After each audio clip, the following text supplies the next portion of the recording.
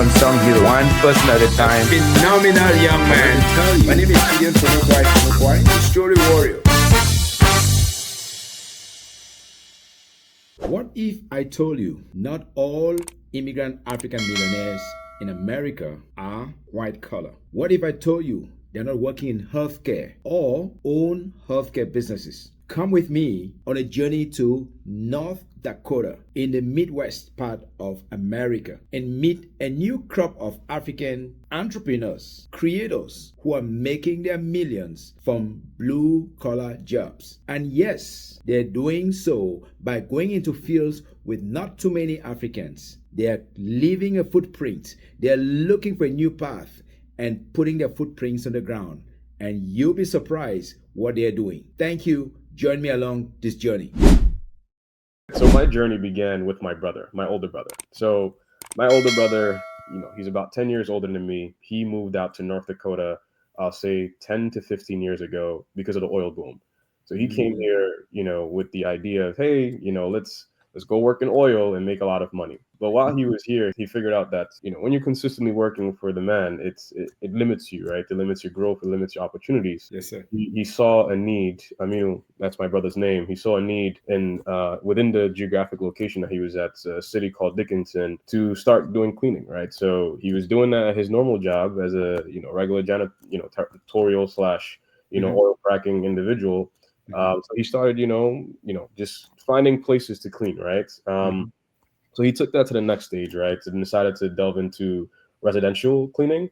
And then overall, that's something that he was really passionate about, right? He wanted to own his time. He wanted to own his processes, efficiencies, and things of that nature. So that was the birth of Sanda Enterprise, right? So he founded Sanda Enterprise on that premise, right? To, bring family together, with a business, bringing us close for a common goal, right? A couple of years later, I visited out there and saw what he was doing, and I'm saying, wow, bro, this is really cool, from doing more residential cleaning, right? But then, doing residential is very different than doing commercial, right? So, my brother and I were having discussions, and he was a middleman, right? He was at a place where he was working, he had a contract with someone, and he didn't really have the direct contract, right? So we have to do two different skill set, right? He's more on the operations, more people, more dealing with the janitors, more dealing with, like specialists, from like stripping, waxing, carpet extracting. I'm more of the person that went to college. I know how corporate structures work. I know who the decision makers are. I know how things, how things flow, right, within this matter. So did some research, right? He initially found one lead, right, which was a large facility management company. And from that, right, I was able to map out hey, who are the other, large facility management companies in the industry, right? So from there, we, found a decision maker from one and just mapped it out effectively, and then started doing outreach. And then from there, we've scaled out operations to having, from serving 5 states, Minnesota, North Dakota, Iowa, Wisconsin, and now we're creeping into the South Dakota market. So yeah, that's just the overall story. I feel like Sanda Enterprise wouldn't be where it is without my brother. But I take it from a different lens where I'm more market strategy, just figure out ways to, promote our brand. But yeah, he's a very different breed. I'm giving a lot of kudos. After they started operations in the American Midwest, they soon realized that it is not a clear or an even playing field. The field of janitorial services is packed with competition, especially from Eastern Europeans, especially from Latin Americans. And being Africans, they were completely lost because there was no role model. They didn't have anyone to show them what to do. It was very daunting and very challenging. So let's find out what Sanda Enterprises co-founders, what they did to be able to overcome all of these, and yes, continue to grow their operations from year to year. Our people are not really represented in these spaces. However, it's due to the misconception of what this game is, right? Yes. Yeah. So the biggest challenge for people is that, they don't really understand where they're at, right? It's like, for Yeah. example, if you're looking for a cleaning opportunity, right? Like Yes. know who you're working with, like try to build relationships, right? Yes. People don't people don't really reveal certain things to you, right? And Yeah. then decision makers are not right in front of you, right? Like for example, you can go to a Best Buy and say and tell them, hey, like you can give them your card and tell them like, hey, you need them to clean. Like, but that person is not the decision maker. That person doesn't have any idea of what's going on in regards to Exactly. right? Yeah. So you definitely need someone that you can really like lean to, right? Like, I mean, Mhm. for me, I had the like my pleasure, like I think I'm lucky because I had my brother. You know, my Mhm. brother is someone that was very knowledgeable, like he Mhm. knew people. And then based on that, I was able to like maybe do a little research and say, hey, Mhm. who's also in the game, right? Versus Yeah. let's just say like if I was doing it alone, right? Would have been I tough. wouldn't know. I would not know who or what to contact, right? Or like Exactly. reach out to and things of that nature, right? But then Wow. also, I think the biggest challenge of working in this space is just understanding how like corporate structure work, right? Or Yes. like who are like so from at the top, right? Like let's just say there's a large facility management company, right? Who's a Mhm. decision maker, right? So there's usually a director, a regional director, right? And then there's a Yep. VP who's responsible for maybe a consumer line, right? Maybe it Mhm. could be a Alta, like a cleaning, and then within that they maybe have an account managers, right? So and Yep. each of them influence, right? So you need to understand, right? That, and then another portion of it is before you start the work, right? Like what do you actually need, right? Because like from like an intake perspective, right? Like maybe this client is looking for a contractor. Like how do you end up onboarding as a contractor, right? So Yes. they have a lot of controls, so Yep. controls are basically processes that they have in order for you to in order for you them to onboard you from a safely perspective, right? So Yes. that's another conversation where we could do a deep dive. I can continue. It's you need to obviously have a registered business, right? Yeah. Whatever form that you have, right? It could be an LLC, right? It could be Mhm. a partnership. It could be I haven't seen sole proprietors do it, successfully on board unless maybe you have other requirements that you would dare Mhm. do. And then from that, right, you need specific insurance, right? It's not Yeah. just Oh. your most basic insurance, right? It could be, an auto insurance, right? I mean, obviously everyone has auto, but from a business perspective is different. And then Yep. you have maybe your general liability insurance, right? Which obviously most businesses have, right? So there's a lot of requirements that they have. So you need to understand those requirements, right? And then Mhm. before you know Mhm. it, once you meet those requirements, you can, finally be a contractor. Wow. Yeah. So So several steps. several steps. Yeah, yeah, several steps. Yeah. Local, state, federal. Yeah. Is that correct? Yeah, yeah, yeah, yeah. So Okay. very stuff. So on the federal level, we don't do anything. We don't do anything government related No, at the no moment. environmental health and safety or what do you call it? So You mentioned OSHA. yeah. What So, about ENV or maybe nah. uh, Yeah. Yeah. It depends. It depends on. So because you handle chemicals. yeah. Some of these, if they spill, Mhm. they could cause environmental damage. I'm Absolutely. imagining that there might be something at the level of the state or the federal. Absolutely, absolutely. So from like a general liability perspective, we do. And the crazy sophisticated version of this is within each state that you're doing business in, you need insurance. Yeah, yeah, yeah, yeah. So it's the cost of doing business, right? So Mhm. and they can that's the thing, right? It costs money. I mean, it doesn't cost that much money to do janitorial. However, Mhm. if you want to scale and have employees, you need Yes, you need to have a budget, that yes, you utilize annually. that's right. Yep. Okay, I know one guy from Cote d'Ivoire who Okay. owns a janitorial company in Nevada. Okay. He's got projects in San Francisco, but I think it's largely a one-man show. I also Mm, know another guy from Cameroon okay. who owns a janitorial service. He works out of Portland, Oregon, but it's largely him and his wife and maybe his cat or somebody of the, but you guys are, I mean, much bigger. You are talking 30, 40 people Right. uh, that work for you. Let me ask you this question. So, given how much time you've been in the game, Mm-hmm. I presume that you now know uh, who are the best people to employ, you know where to go. Mm-hmm. Mm-hmm. I don't know, I don't want to be biased, but who does a better job, male or female? Who does a better job? Is it African Americans? Is it Africans? Is it African immigrants? Is it Mexicans? Is it All right. Indians? Mhm. Talk to us about some demographics, not from a stereotypical standpoint, but just based on your reality, because it's a blue collar environment. Right. People are afraid of going to that environment.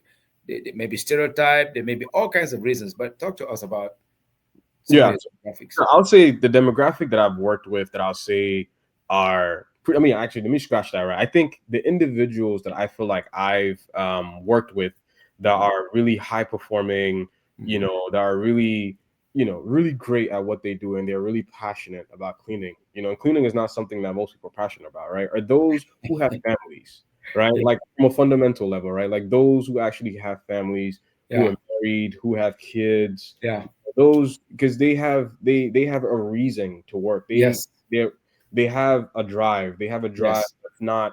um that's not really, you can't really explain it, right? But they just Yeah, have yeah. a They're not joking. They're not out to joke. They're out to absolutely, solve a problem and take care of family and take care of themselves. absolutely, absolutely. So So that's the exactly, married people, what you're yeah, saying, yeah, tend to be more more dependable. Okay. yeah, I yeah, say this because we want other employers who are out there to right, know that being married is hmm not a liability. Now, right. can it be male or female? It doesn't matter.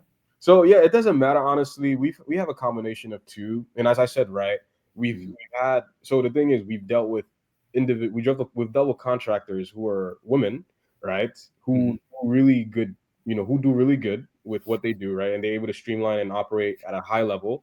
And then we've had certain males who are not owners, who are employees that don't Mhm. perform as the person that's a woman who's an owner, right? So Oh, it all depends on, I guess, the mentality in which they want an to take individual. the Okay. individual, right? I'll say. Okay. But overall, I'll say, we have a combination of, African American, we have African from Ghana, we have, Mhm. Hispanics, we have Eastern Mhm. Europeans, those specifically from Bosnia. Yeah. So pretty diverse, I'll say, crew. Um, Okay. and we have like Caucasian, obviously, right? Um, Mhm. but all of them, I'll say, all of them are somewhat. It's all the mentality of each of them, right? Some of them Mhm. are, they have an ownership mentality, and some don't. And right, and you Mhm. can't blame that. I mean, like Yeah. that's something that you instill in them, right, over time. So I'll Yeah. say overall, I can't really rank them because they all do really well. Okay.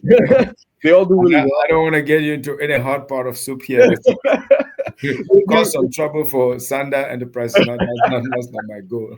for sure, for sure. They do really well. They do really well. Okay. But That's the thing, right? But the thing is, right, I think the biggest challenge, I'll say, right. So, for example, I'm from Ghana, West Africa, right?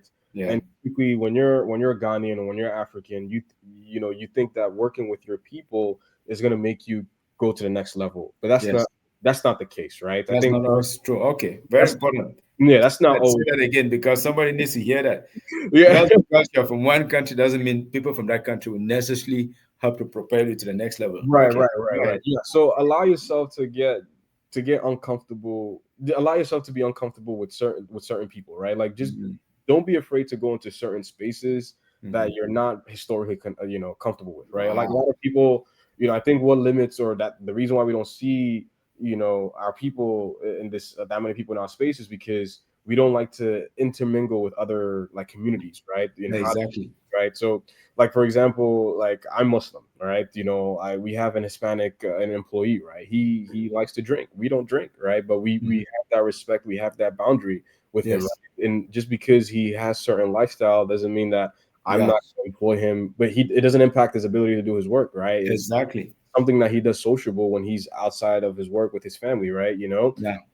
So it's all about you just getting out your comfort zone, right? And just Mhm. saying like, hey, you want to meet people from across different Mhm. lenses, right? And those same people have different ways of doing business, right? And Mhm. you absorb that from them, right? Like, one thing about the Hispanics is that they know how to come together fairly very quickly, right? Mhm. They can, because of the tongue, right? Because they speak the same language, right? And they Yeah. have the numbers, right? But they also have a unique way of solving problems, right? So, for Mhm. example, working like we've worked with the Eastern European, Mhm. and certain opportunities that maybe he absorbs, and he still retains those opportunities, not because he benefits, but because it keeps cash flow, right? Mhm. Versus as in like from Ghana, from Africa, like someone would be like, depending on the person, they would be like, hey, if this is not giving me, if I'm making $5,000 and I'm spending $5,000 every month, why should I have the account? Why should I hold on to this, right? Mm-hmm. So that mentality of it, you don't sometimes you don't need to benefit, right?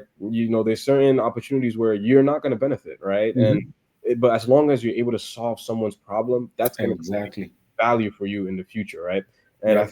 that's something that my brother and I have hold on to us, right? Mm-hmm. There's opportunities, maybe we don't make a dollar from it, but however, we're solving a decision making problem, and later down the line, they will reach out to us and say, "Hey, we know you did XYZ, but can you do this?" And then before you know Wow. it, we benefit exponentially, right? So I think that's the mentality that I feel like people Mm. just need to tinker on, or just work on. Wow, that is profound.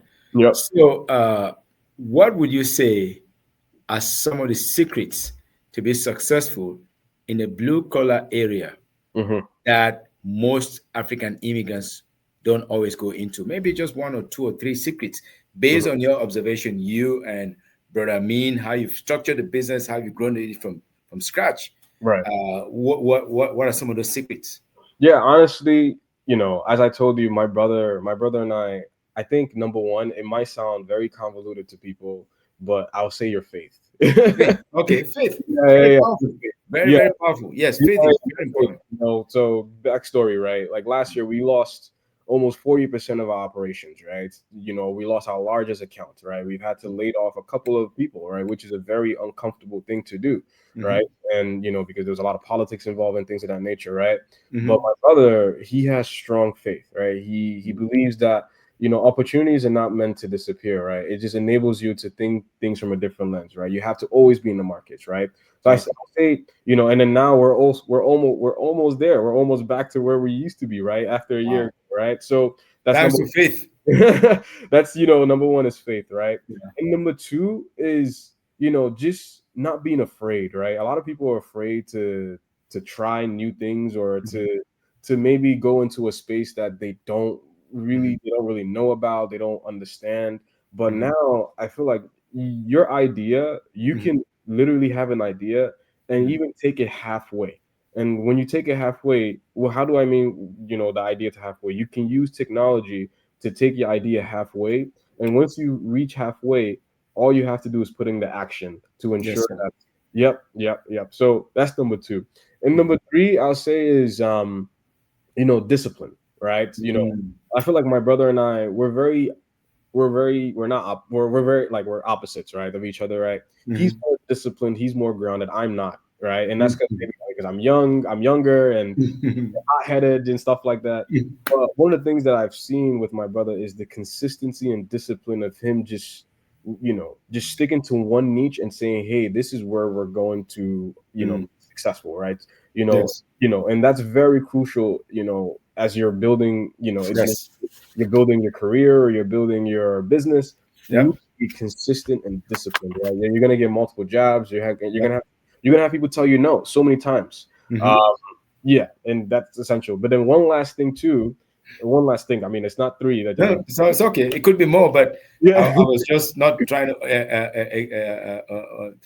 ask for too much. Right, right, right. One last thing is, don't be afraid. So, for example, if you're in a service-based business like Janitorial, Mhm. don't be afraid to walk in person. Don't be Okay. afraid to go to see the clients. Like, for example, you could see a food and beverage company or a large food and beverage company, right? And you could just walk into a office, right? You see someone that's at the door who's who's a specialist, or who's like a phone Mhm. individual. Don't be afraid to leave your business card there. Don't be afraid to Mm. say good morning. Don't be afraid to have a conversation, right? Fantastic. Yeah, like, I feel like 70% of opportunities have come from that, right? Wow. Don't be afraid. Don't be Mm. afraid to go in person and meet people and connect with them, and also follow up consistently. I think overall, those are the four main things I'll say that would make you very successful. Fantastic. Those are invaluable. I can tell you, those are going to help somebody. Right. Um, Take us a little bit back. What has been like one of your best years? What have you guys been able to do? Because you obviously there's ups and downs and Correct. swings. What is the best year that Sanda Enterprises has been able to make in 1 year? Maybe that could inspire somebody to work 10 times harder. Yeah, absolutely. So last year we grossed around $1 million. Um, Okay. Yeah. So I mean, obviously we have employees, we have expenses. A lot So of cost. Yeah, yeah, a but lot of $1 million is not a joke. It's yeah. not a joke because Yep. it's a blue collar environment, Mhm. and part of your cost goes into equipment Right. because the modern day cleaning is different from what was uh, 30, 40, 50 years ago. And I know you spend a lot into equipment. You want to talk about how yes, you can get a big lot, but you also have to spend into equipment. Talk about, do you use a lot of equipment or you don't use equipment in cleaning? So it's so funny, right? So in this business, right, you can start with no equipment or with equipment. Mm. It's all about your niche. All right. Mhm. Going back in the very beginning, right? Mhm. So for example, there's certain opportunities you may receive that you're literally only responsible for labor, right? You Mhm. just need someone to go there and do the job, right? But then Yes. there's other opportunities where you actually need to invest in equipment, right? So I Correct. mean, like equipment that's being typically used are scrubbers. So I Yeah. know you've probably been to your Walmart, you've seen the automated scrubbers that's being Yes. kinds. So I think that's the biggest Mhm. equipment. I'll say some squeegee, some Mhm. some chemicals, right? That you need specifically. But Mhm. surprisingly, right? I'll say majority of our operations, right? I'll say maybe 40, 60% of our operations, we don't need equipment. We just deal labor. Okay. We just need to show up, right? Okay. So more labor intensive than capital intensive. Yeah, more capital, right? And then Mhm. 40%, I'll say we do have equipment that we have. Mhm. Obviously, you do need a truck. Oh yeah. That's it, Truck right? to go from place to place, right? Yeah, exactly. So I feel like those are the main Yeah. equipment, right? But then there's also different ways of securing equipment, right? You can rent equipment. You can, Yes. you could rent it from another cleaning company, right? I've seen others do that, right? And Yes. that's cheaper than actually going To to buy. to go into Branco, for example, right? Mhm. And one of the challenges of like owning these equipment, right, is the cost of maintaining them, right? So for me, I'm not really hands on. My brother is, so he knows. I'm not hands on also. So Not at all. so he knows how to Fix maneuver, them. fix them, and that's another Wow. opportunity, by the way, right? Like fixing Yes. cleaning equipment, like Yes. Brenco and a lot of these large corporations are making significant amount, right? Sometimes they even have subcontractors that go into certain To places to fix fix that. equipment, right? So if anyone Wow. is interested in that space as well, feel free to Mhm. reach out. But yeah, it's one of the so it's a combination of operations, a combination of not having equipment and having equipment. That So is yeah. that is quite revelatory. But I know Right. in Asia, where I lived in Singapore, where I worked for some time, Mhm. cleaning is done on little like small vehicles that look like golf carts. Right. The motorized cleaning. Right. That's very common, but I've not seen a lot of that here. But I imagine we may have that in shopping centers. Yep. But the way you've spoken about, brother, I mean, I'm very tempted to say that that's a genuine good brother, genuine good businessman or partner that you can work with. Absolutely. What are three outstanding qualities that if somebody's going to business with a family member, they Mhm. should look for those qualities in them? What are those some of those qualities? Like Absolutely. you can see in brother, I mean, Yeah. So the thing is about people say doing business with family can get a bit murky, right? Because I mean, people also say money is the root to all evil, but I also say money is the root to a lot of happiness, right? oh So yeah, yeah, depending on how you use it. yeah, exactly. So one, right, you need to really understand where your business is, right, or where the business is, right. So, like business, when you have employees, it can be very capital intensive, right? It could be you're employing a lot of employees, you have to buy equipment, you have to do a lot of things, right? So when you're doing business with a your family member, trust has to be the strongest foundation, right? So Mm, my brother is very transparent, mm, very we share accounts. We have the fantastic. same email. We all have access to all our emails. I Uh, respect that. yeah, yeah. That is powerful stuff you're saying there. So trust, yeah.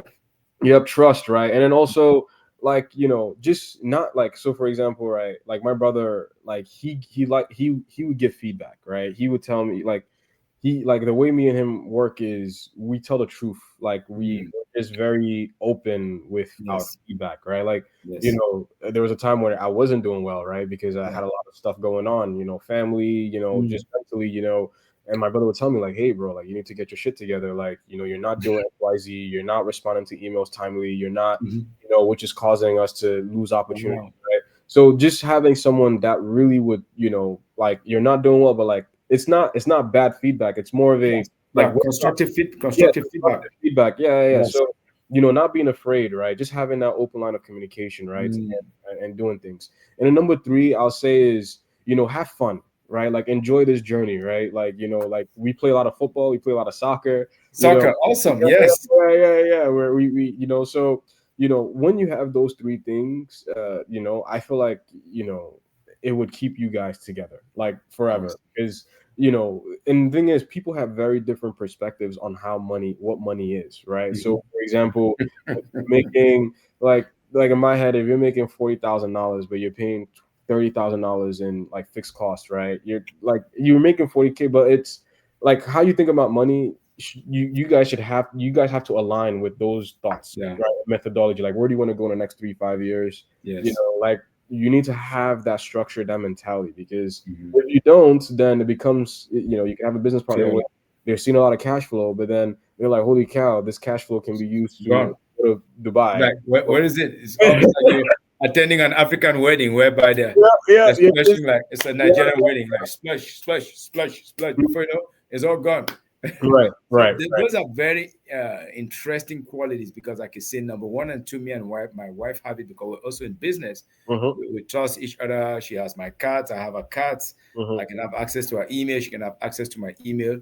mm-hmm. And I think those are very, very profound, because business should not come to split us, should not come to tear us, but rather to make us stronger. Mm-hmm. Having fun, we're still learning to also incorporate a little bit of fun into that. Now, she doesn't play soccer. Right. I'd rather go play soccer with her, but no. So Right. once in a while, we go some walks. Mm-hmm. I like running. She likes walking. So Okay. once in a while, we do some walks. Nice. But one thing I feel like we could still do is maybe find time to play tennis together, because we Mm-hmm. both like tennis or table tennis. And those are areas that can really enhance a different trust also, and also give us an opportunity to laugh out and just feel like, you know what, everything is not about business. Right. Where do you see Sanda Enterprises in the next 3 to 5 years? Whether it's locally in America, nationwide, or at some point will it also use some of the technology and the knowledge you have from here to go into Africa? Yeah. So, with Santa Enterprise, right? I told you my journey started with my brother, right? Yeah. And him seeing me, helping me throughout college, and bringing me on board. Mhm.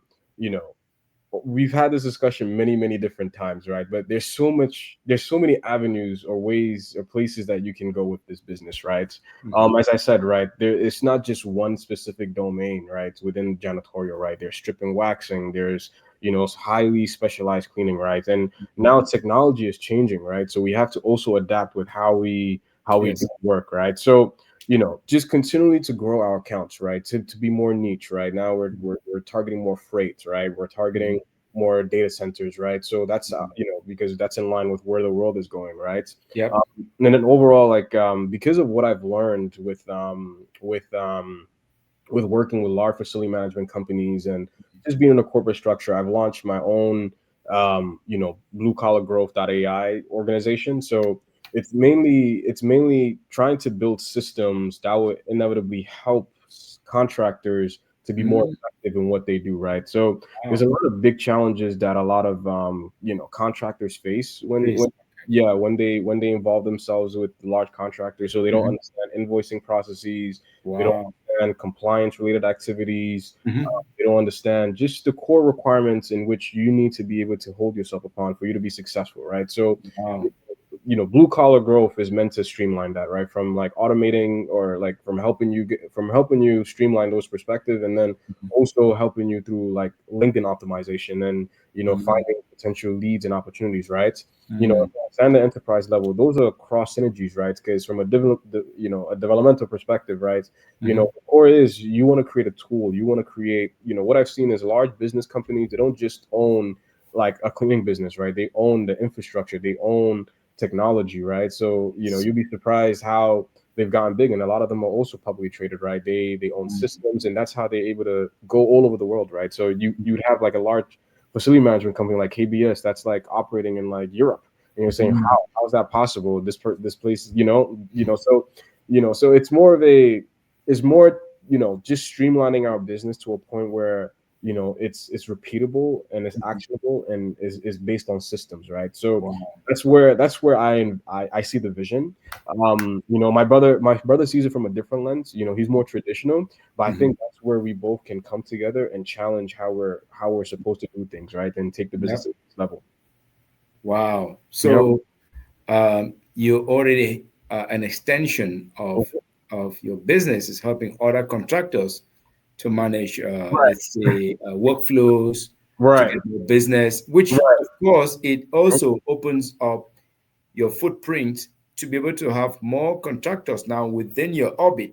So at Exactly. some point you may want to hire them. At some point you may want to work with them, Right. but you Right. already Right. had a relationship with them. Exactly. Exactly. That's Exactly. pretty That's that's pretty dope yeah. because now you're Yeah. not going to meet them for the first time. You've already met them because you sold one of your service flow applications to them. Right.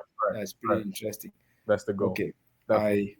I'm very encouraged and inspired by what you and brother Amin are doing Definitely. at Sanda Enterprises LLC. I am very inspired by the fact that you are cutting a track Mm. in a place where no one has gone, and you are not just doing it, but doing it in a way that is significant. So, if somebody wants to find or to get in contact with you, Mhm. either to introduce a service, a project, a contract, how can they find you? Or if they want to get in touch with you to say, I need your help, need your application to be able to run my own facility logistics business, how can they get in touch with you? Yeah, absolutely. So they can get to me through normal social media channels, obviously, but sandenterprisellc.com. Literally just click on that box right there. We do monitor our inboxes quite frequently. I still have it open right now. So, feel free to reach out in regards to just streamlining, or just, if you're looking to start your own janitorial, or lawn mowing, or plumbing, or HVAC type of business, feel free to reach out. I can definitely help you streamline or get your thoughts into place.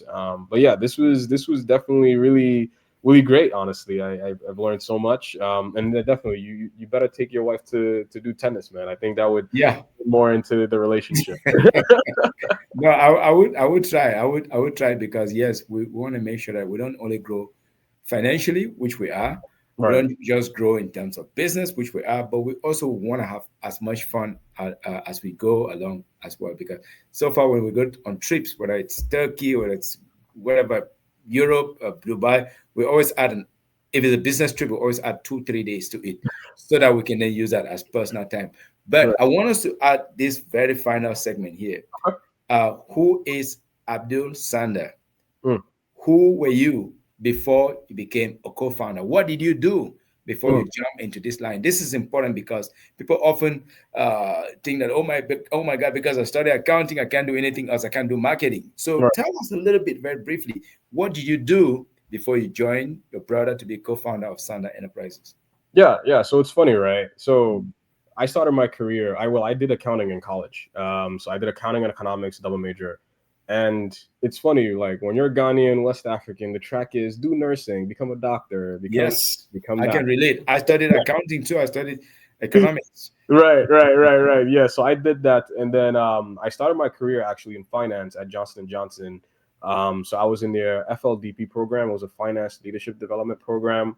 So I did 2 rotations there. One was in global audit assurance. So I got to travel the world, see J&J from an umbrella perspective, did assurance type of activities, finance activities, for their like farm business, their med device and consumer business. Mhm. And then I transitioned to a supply chain finance role. So managing $100 million budgets that supported the supply chain org within like quality and different kind of organizations, right? That fed into their overall P&L, right? So, that was fun.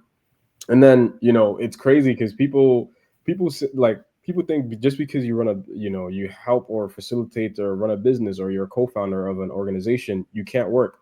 I still work actually. So I currently work at Crow LLP as a technology risk and consultant.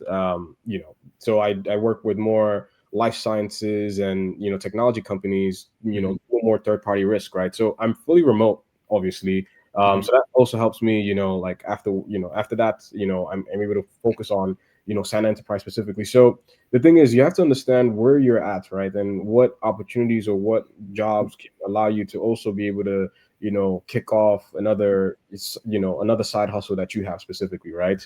I mean, Yes. luckily, I have a really good partner, which is my brother, and he's on the ground. He deals with employees. He deals a lot with operations. I'm more, like, hey, you didn't check into service now or service channel. Like, can you clock in? And the invoices come through. I do. I manage that workflow, right? I do the accounting, the finance, Yep. The marketing. Pretty much one package, right? And Yep. that's what created the birth of Blue Collar Growth.ai, right? So the thing is, you in order for this to work, you need a partner, right? And that, for me, that's my journey, right? Like I couldn't do this on my own. I couldn't start a whole janitorial business on my own. You need someone that would definitely get their hands dirty. And honestly, that's my brother.